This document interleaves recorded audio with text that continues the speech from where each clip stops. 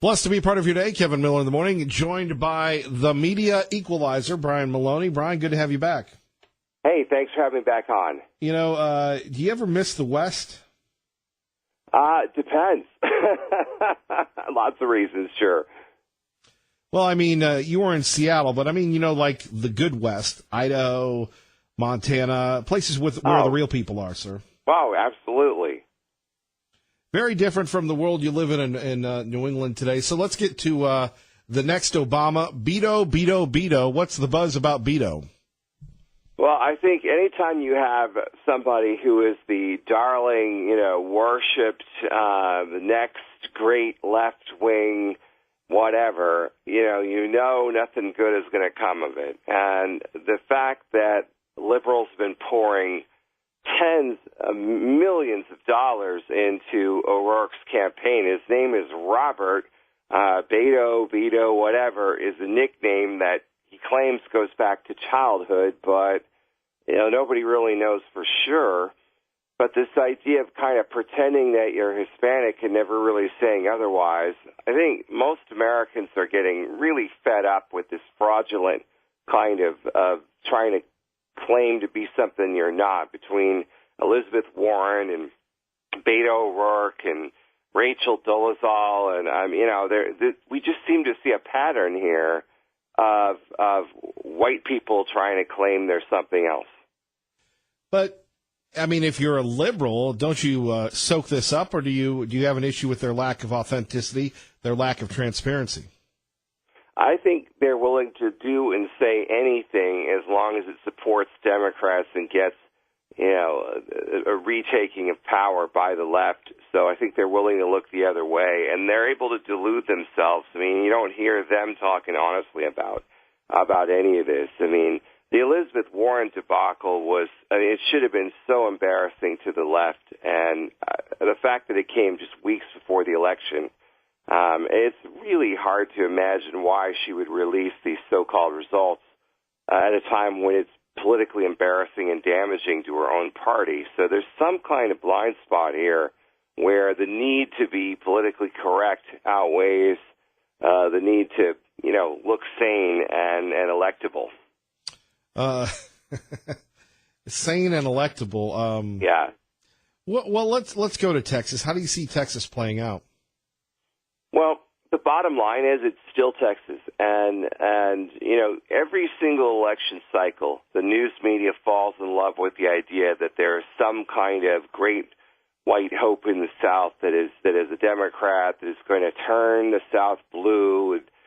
So every single cycle, there's one or more of these candidates, and they fall in love with this theme. And in the end, usually it turns out the South or the Southwest is still red. And so, they can waste all the money they want, but I don't think there has been some liberal groundswell suddenly emerging in Texas. So I think that O'Rourke's got a problem, and they can raise all the money they want. I think he's still going to come up short. The problem is, though, is that they are touting O'Rourke as some kind of hope for the future, even a presidential candidate, and they're already, if you listen to the rhetoric of the left, they're already saying, well, even if he loses, he's going to make a great blank. He's Kennedy-esque, and he's, got this great future ahead of him in the party. So they're already looking at him for higher office. Well, you could say that about the guy running the Democrat in Florida as well, right? Well, that's exactly right. Andrew Gillum, who is running for governor of Florida, is Obama endorsed, and Obama like in every other way as well. I mean, his positions are probably more extreme than Obama's, and they're absolutely already pushing him as a future presidential candidate. Right now, he's the mayor of Jacksonville. He's already caught up in corruption scandals that involve the FBI investigating. If you look at his positions, he's not only pro-illegal immigrant, but he's pro-extremist groups like the Dream Defenders. He has a background that is full of baggage, and yet the news media in Florida has been complicit in he may win. So that's the problem. Andrew Gillum may become Florida's next governor. And, if you're in Idaho or wherever you are, you could say, well, why does that matter? Because the next presidential election cycle, he is going to be one of the top contenders for the Democrats. And I'm not anxious to go back to another 8 years of Obama. I don't know about you, but, I think once with that torture was enough. Brian Maloney, our great friend, joining us from the Media Equalizer. Why is it important that you have this site? Brian, people come up every now and then, but you've been at this, particularly this project, for many, many years, going back to your days in talk radio. Well, I think, getting the truth out is harder than ever now. We've got Silicon Valley working against us, and so anything we can do to get the message out is important. That's why we've launched our political action committee, also called Red Wave America, which we debuted a couple of months ago. And we've got a Facebook page there that's been taken off like a rocket. All you have to do is type in @RedWaveAmerica. It's one word, @RedWaveAmerica, and we've been posting election updates throughout each day there. So we've got that and the Media Equalizer site. So we keep really busy. Indeed, and you've got a lot of work to do. How do you see the midterms playing out nationally? Well, I'm very optimistic about the U.S. Senate races for Republicans. I think we're going to pick up a seat or two. I think a lot of them are shaping up very nicely. The House is another story. It's really hard to tell where we stand with the House. One problem right now is that we don't know. We don't know how some of these are going to play out. We don't know how reliable polls are anymore. We don't know if anybody really answers their phone anymore and talks to pollsters. So there are a lot of questions there. So we could still potentially lose the House or end up with a razor-thin margin there. But I think we hang on to the Senate. The governor's races make me really nervous in a couple of places like Florida and Georgia, where you have, like I said, extremist candidates running who I think are a danger to our society, truly, with their positions and beliefs.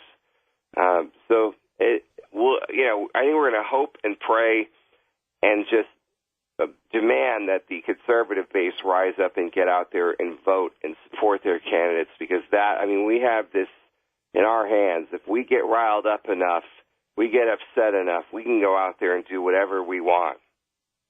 Indeed, of course, we saw that with Brett Kavanaugh. Now we're seeing this with the caravan. Well, that's exactly right. Now, that caravan is amazing because whoever on the left thought it was a good idea because I think these are contrived and created. There is no way 7,000 people just amass together and decide to start marching to the American border. This whole thing is fishy, 50 ways from Sunday. And whoever thought that this was a good idea, is truly out of touch. I'm saying whoever on the left funds this, organizes it, the whole thing is still awfully mysterious. I think that they're handing us potentially a huge gift. I haven't seen the left make this many mistakes before an election in a long time.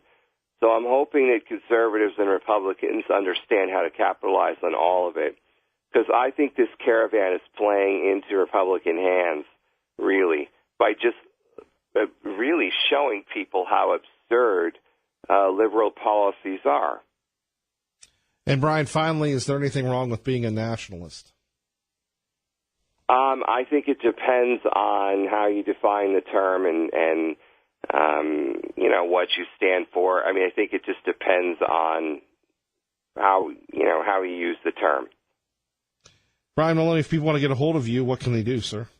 Well, I think the best thing to do right now is definitely check out our Red Wave America page. Just type in the @ @Red Wave America on Facebook and learn more about us there.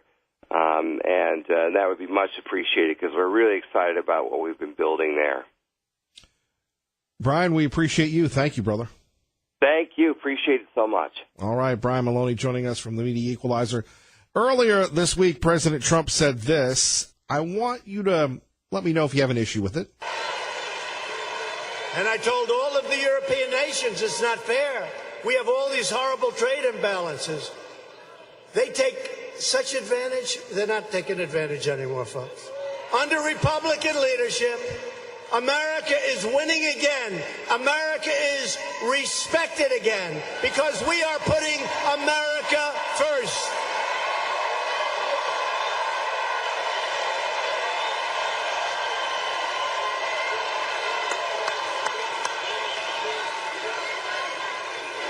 We're putting America first. It hasn't happened in a lot of decades.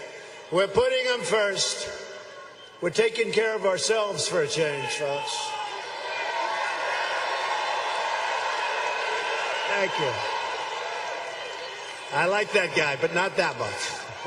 Not that much. But radical Democrats want to turn back the clock toward the rule of corrupt, power-hungry globalists. You know what a globalist is, right? You know what a globalist is. A globalist is a person that wants the globe to do well, frankly, not caring about our country so much.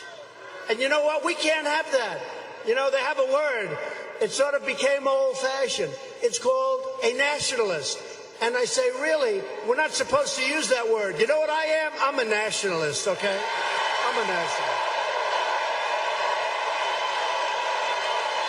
Nationalist. Nothing else. Use that word. Use that word.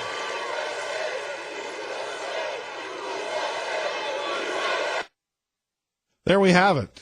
I'd love to get your reaction next. Me?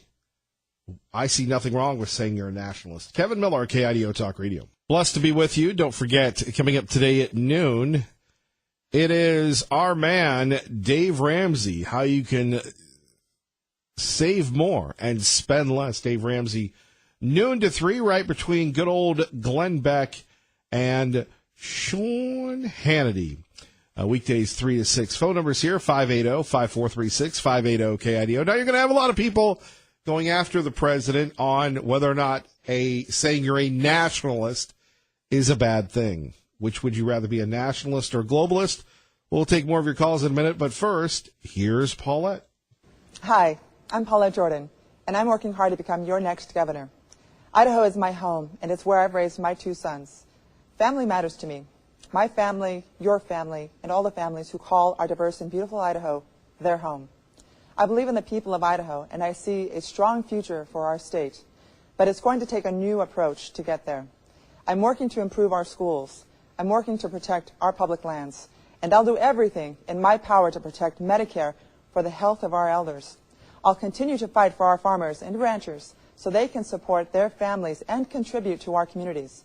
As a proud sister of military veterans, hunters, and an advocate for self-protection, I'll defend our Second Amendment. As your governor, I'll draw from my experience as a national business leader and legislator to serve every Idahoan, no matter your party affiliation. Idaho is my home, and it's worth fighting for. I'd be honored to earn your vote to be Idaho's next governor. There we have it from our friends at Channel 7. Remember, when you hear Channel 7 on the radio, you're listening to our official news partner, KIDO Talk Radio, just like we're partners with Fox News, Channel 7, and KIDO Talk Radio. You know, I was talking to our friend Art Gregory, and we're getting ready to celebrate Idaho's first radio station, which is KIDO Talk Radio. And did you know that at one time there was a KIDO television? There was KIDO Radio and KIDO TV, and our television station, Channel 7, now known as KTVB, and I'm sure that TVB has something to do with Treasure Valley, but KIDO was once KIDO television.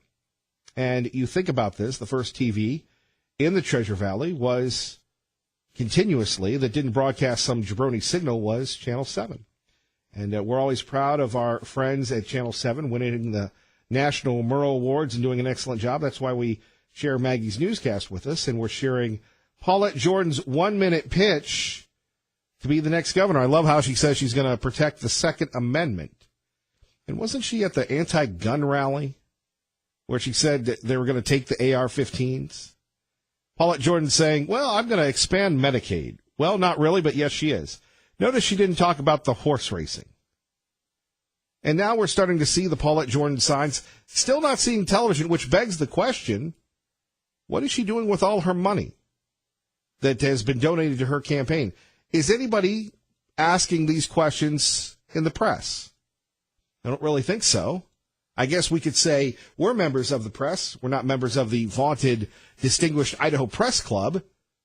But at 580-5436, 580-KIDO, I believe it was the Statesman that broke this down, that she spent more money on, I can't remember, on food than Brad Little has spent on, on his campaign as far as traveling the state. It was something ridiculous. He spent like $20,000 on food and hotels and such. And Brad Little spent like $1,200 on food, if you will. Well, Brad, you look at him, he's a thin guy, he doesn't eat much. I know he runs and such, but still. When you hear this from candidate Jordan, what again, are we missing something here? Is there this millennial-fueled blue wave that is going to overtake us here in the great state of Idaho? That's what she's counting on.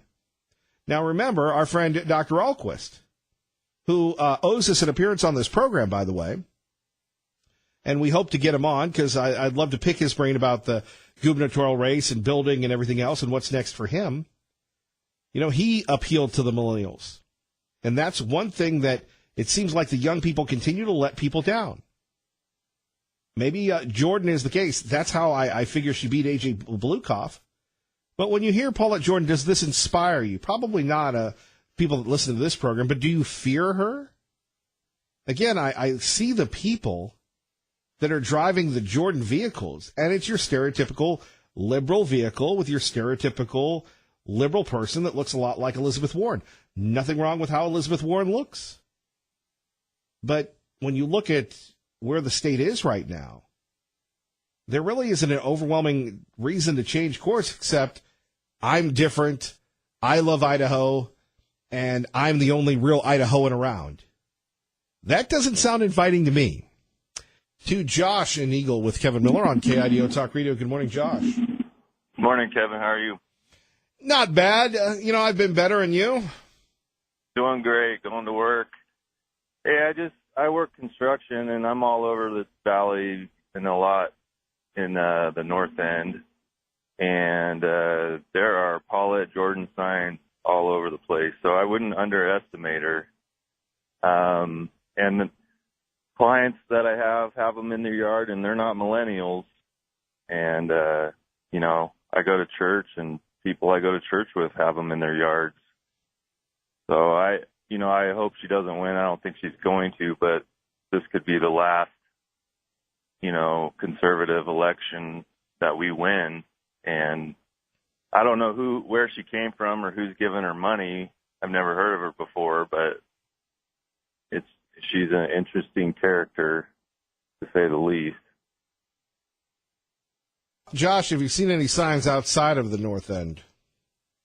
Yeah, I live in Eagle, and there's a few out there. Not as many, and I know the rest of the state's pretty conservative, so I'm banking on that she doesn't win. But there's a great saying, Kevin: evil never invades; it always infiltrates. It doesn't just show up on your doorstep; it creeps in. And I think, our great state is on the verge of, you talk about it all the time, but it's on the verge of not being a great state anymore. But love the show, man. Listen to you every morning on my way to work, and keep it up. Well, Josh, thank you for doing the real work, brother. Many people couldn't do what you do, so thank you, sir. Thank you, man. Thank you, Josh. Take care. There you have it, Josh, who works construction. I got to say, he's right. That's why it's important to continue to be active politically, to hold politicians accountable. And we have many people sounding the alarm for Jordan. You're right. Where's her money coming from?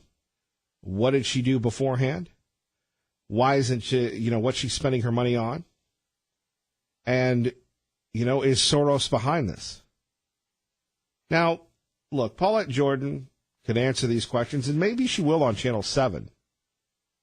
But she is, a person that has her insular clique. She's surrounded by about 5 people.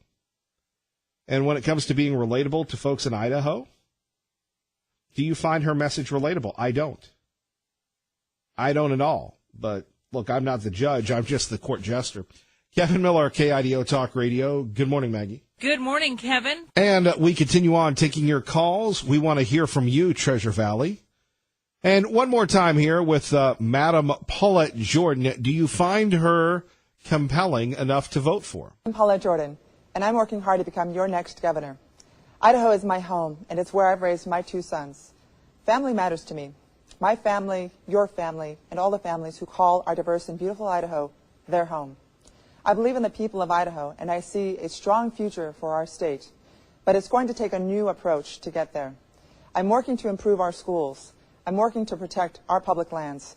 And I'll do everything in my power to protect Medicare for the health of our elders. I'll continue to fight for our farmers and ranchers so they can support their families and contribute to our communities. As a proud sister of military veterans, hunters, and an advocate for self-protection, I'll defend our Second Amendment. As your governor, I'll draw from my experience as a national business leader and legislator to serve every Idahoan, no matter your party affiliation. Idaho is my home, and it's worth fighting for. I'd be honored to earn your vote to be Idaho's next governor. Does she have your vote? 580-5436, 580-KIDO. We go to Liberal Steve, who joins us now on KIDO Talk Radio. Good morning, sir. You're on the air. Go ahead, please. Good morning, Idaho. I respect what Josh had to say about what he saw on the North End and things, but it showed me that he doesn't know anything about who he's going to vote for in either party, because he said he doesn't know a thing about Jordan, so he hasn't looked into her background. He hasn't studied. He hasn't looked at her education or medical or any of those things that she wants for Idaho. And I just want to say, Mr. Miller, be the change that you want to see in Idaho. Vote for Paulette Jordan. Thank you. Wow, a drive-by caller there, Liberal Steve. Thank you for that compelling argument. Phone number is 580-5436, 580-KIDO. You know, I do watch a lot of television, as you know. And if you listen to this program, you're thinking, gosh, does all this guy do is watch Channel 7? Well, Channel 7 actually did a story last night on something that I think is a really good thing from our friends at Drug Free Idaho, and it's called, they've launched a new website called keepidaho.org. Here is their television commercial. By the way, Drug Free Idaho, radio ads, much more effective, people more engaged. You don't have people flipping through it, and you can always see Kevin Miller if you want to buy some radio ads. We're the proud capitalists here at KIDO Talk Radio. Here we go. Fried, baked, toasted. Which brings us to the question, does teen use of marijuana increase in states where it's been legalized? Well, in minors in Colorado and Washington, use is both higher than and rising faster than the national average. In fact, over a 2-year period, marijuana use in Colorado 7th graders increased by 96%. But hey, good news is cigarette use has declined. Yay. KeepIdaho.org. There we have it. They're not messing around. I applaud them for that. I think it's a good thing. And let's listen to it one more time, all you purveyors of pot. Wasted, fried, baked, toasted. Which brings us to the question, does teen use of marijuana increase in states where it's been legalized? Well, in minors in Colorado and Washington, use is both higher than and rising faster than the national average. In fact, over a 2-year period, marijuana use in Colorado 7th graders increased by 96%. But hey, good news is cigarette use has declined. Yay. 580-5436, 580-KIDO, keepidaho.org. Max in Garden City with good old K. Millie, KIDO Talk Radio. Good morning, sir. Well, good morning, my friend, and good morning, Liberal Steve. Steve, I'm excited. Your last couple of contributions on the radio have been polite, well-ordered, although you failed to make any point. No salient energy in there at all. Kevin, if I were to run for governor in the persona of Paulette Jordan, my ad might go like this. If elected governor of this great state of great people, I will take away your guns because they're dangerous. Furthermore, I will bring a basic minimum income to everybody, Medicare for all. Yes, we will level the playing field by raping the corporations, yanking all the taxes back. We're going to spread the wealth. We're going to have a great state as we live in tents and cook beanie weenies over an open fire, because that's all that's going to be left. Vote for me, Paulette Jordan. Maybe part Indian. Socialism now, socialism forever. I'll tell you, the Democrats are making me insane. How can anybody who has even a modicum of common sense follow their absolutely communist platform? It's failed everywhere else. Why won't it fail here? Do they have a magic wand? Well, you have a lot of young people with a lot of non-critical thinking skills. They can show you how to stream or game or whatever else, but they can't show you, they can't tell you why an argument is wrong. It bothers me that anybody under 25 is allowed to vote.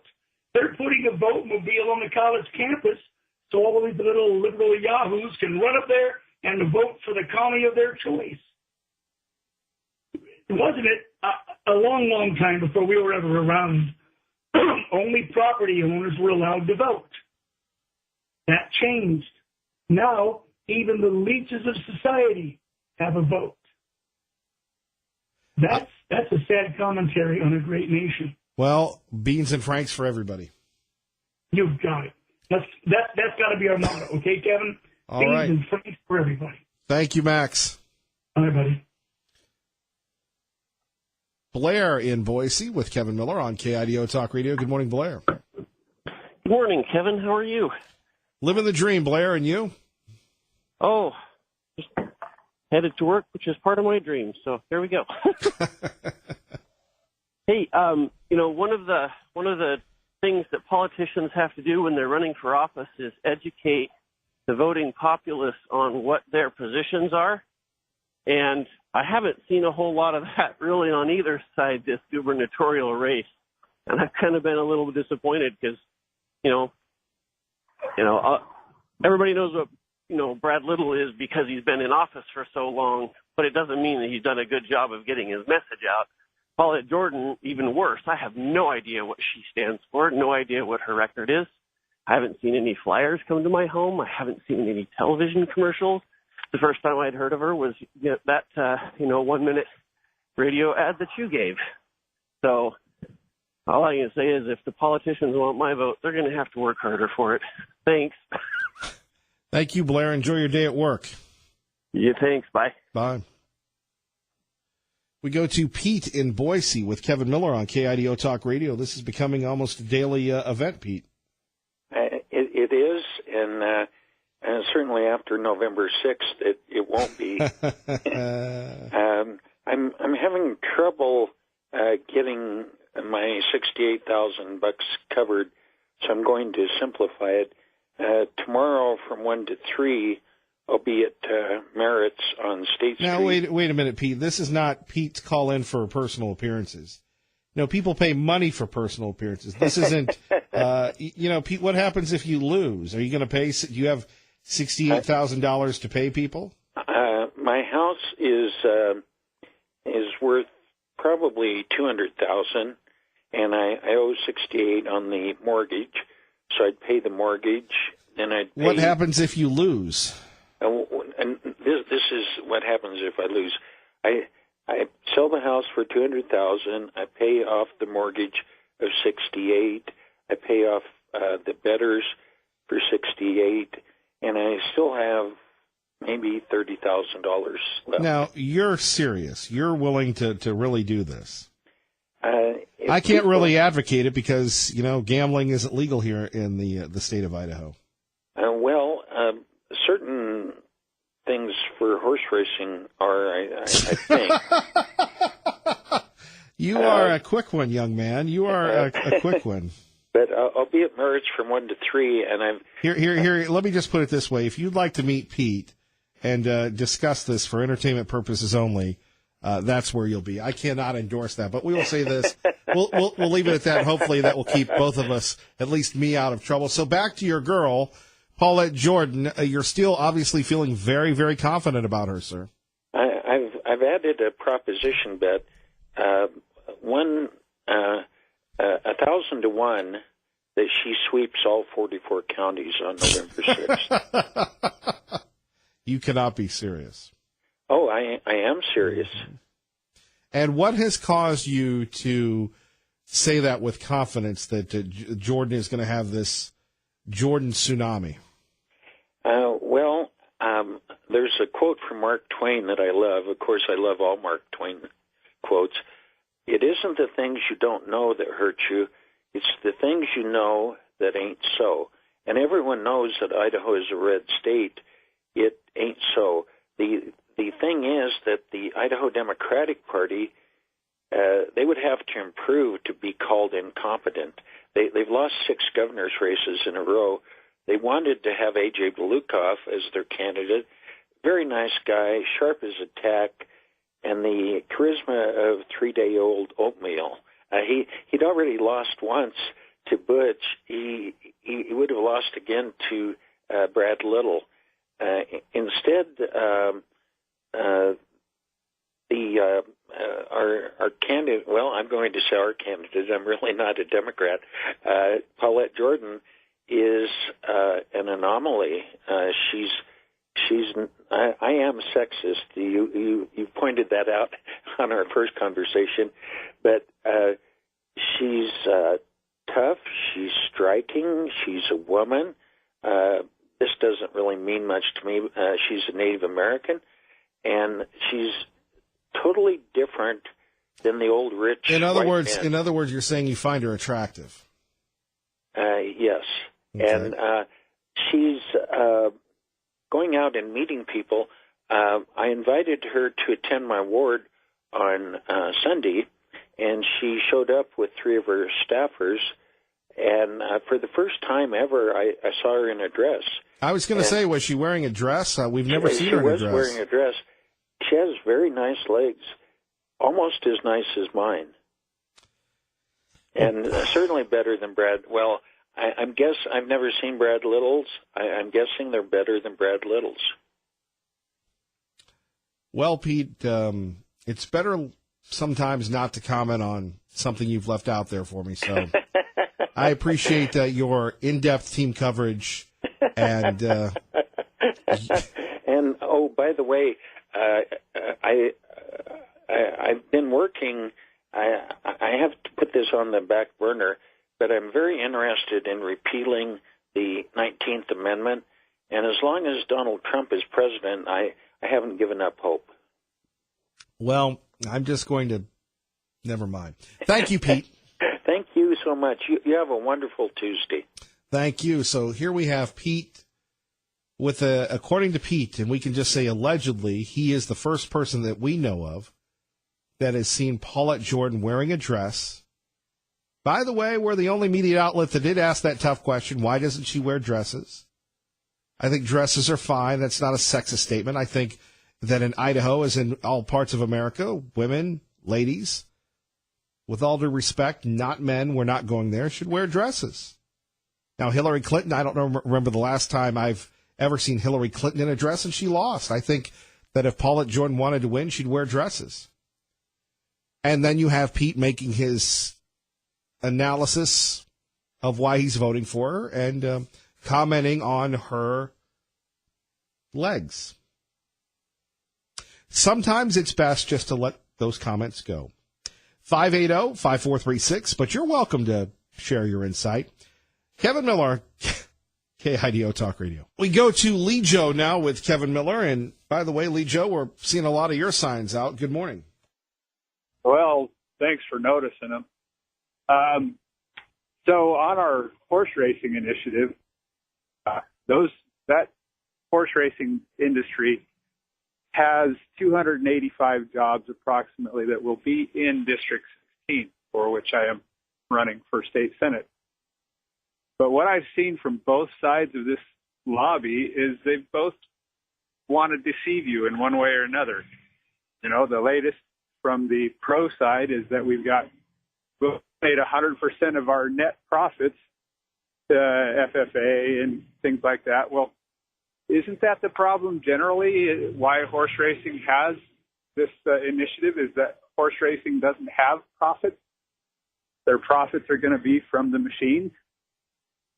And then on the other side of this, we've got the that this is gambling, and the Indian casinos, et cetera, have lobbied against this, and because they have their own special interests that they're trying to protect. And I've given up on both sides.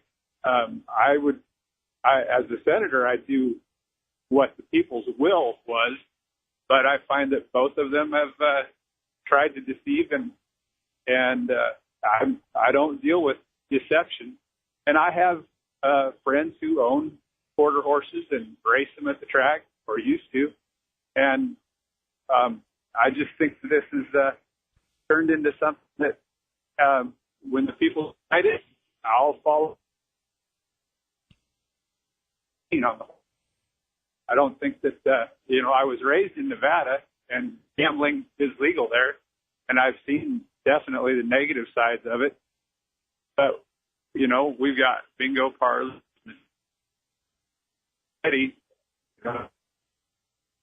Got plenty of opportunities to do it here already. So, well, what are you voting for? Yes or no? Person has their right. Money away if they want to. That's their right. I'm not going to tell them. All right, Lee Joe, thank you for that insight. Why don't we go to traffic and weather together? Terry Gebert.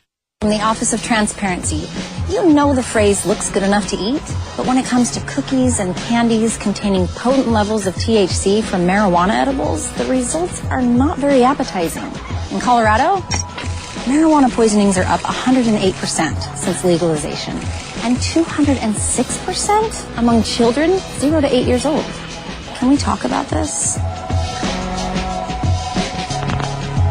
Wow. And certainly we want to make sure that everybody's safe. That's from keepidaho.org, our friends from Drug Free Idaho. I want to thank the folks from Drug Free Idaho for occasionally sending me an email about our message here. And, it's Channel 7 did a story, Joe Parrish, I believe. And really what they were talking about is what we talk about on this program, which is a compliment to you. We always want to reflect the values, the views of those that live here in the Treasure Valley. And as one of the gentlemen from Drug Free Idaho said, he goes, look, man, all you ever hear about is pot's good, heh, heh, heh, heh. So they put together these commercials that are saying what happens in Colorado, Oregon, and all these other places where the dopes have legalized the dope. And it's funny, since I've been sharing these commercials with you at 580-5436, 580-KIDO, we haven't had one pro-pot person call in. It's almost like when we were airing the thing that was at the Egyptian Theater. You remember that? Where, the certain clips about what marijuana actually does, the documentary that went into the States, the stinky people, the stinky parks. So instead of taking your young child or grandchild to a park, you can't because you have Cheech and Chong hanging out there. Listen to this one more time. Those of you that are down with legalizing marijuana. And thankfully, Brad Little has looked things and put things in perspective and said, no pot in Idaho. And I totally support that. Hello from the Office of Transparency. You know the phrase looks good enough to eat, but when it comes to cookies and candies containing potent levels of THC from marijuana edibles, the results are not very appetizing. In Colorado, marijuana poisonings are up 108% since legalization, and 206% among children 0 to 8 years old. Can we talk about this? There we have it. Something to think about as we get ready for the trick-or-treat season. Oh, pot's good. There's nothing wrong with pot. It's wonderful. It's exciting. Much more on that coming up. Phone numbers here, 580-5436, 580-KIDO. Kevin Miller with you on your home for Fox News on the radio. Don't forget, coming up November 17th, the 12th through the 17th, We will once again be living the dream. We will be living at the Walmart, Garrity Road, Franklin Boulevard. That's right. Great. Once again, Miller's Mission, where we dress up as the turkey and ask you to give a turkey, not be a turkey. Because gosh knows we've got too many of those running for office. Fox News next on KIDO Talk Radio. Stephen Moore joining us to talk about his conversations on creating the Trump economy with Trump right here at KIDO.